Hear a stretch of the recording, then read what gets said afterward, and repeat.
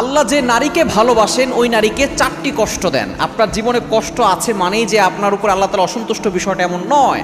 আল্লাহ পাক রব্বুল আলামিন যাকে ভালোবাসেন বেশি তাকে বিপদ দিয়ে, কষ্ট দিয়ে পরীক্ষা করেন বেশি। নবীদেরকে আল্লাহ তাআলা বেশি পরীক্ষা নিয়েছেন। ইব্রাহিম আলাইহিস সালাম কত পরীক্ষা দিয়েছেন এবং প্রতিটা পরীক্ষায় ফার্স্ট ক্লাস ফার্স্ট হয়ে গোল্ডেন A+ পেয়ে নাম্বার 1 হয়েছেন। সুতরাং নারীদেরকে আল্লাহ তাআলা 4টি কষ্ট দিয়ে পরীক্ষা করেন। নাম্বার 1, 1 নাম্বার হচ্ছে মানুষের অন্যায় সমালোচনা।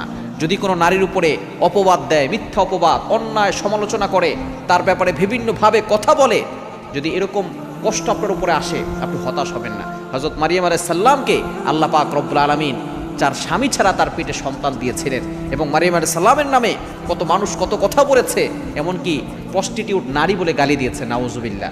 মারিয়াম আলাইহিস সালাম আল্লাহর উপরে ধৈর্য ধারণ করেছেন, তিনি হতাশ হন নাই। একটু চিন্তা করে দেখেন, তাকে এত খারাপ নারী বলে গালি দিয়েছে, তারপরে তিনি আল্লাহর উপর থেকে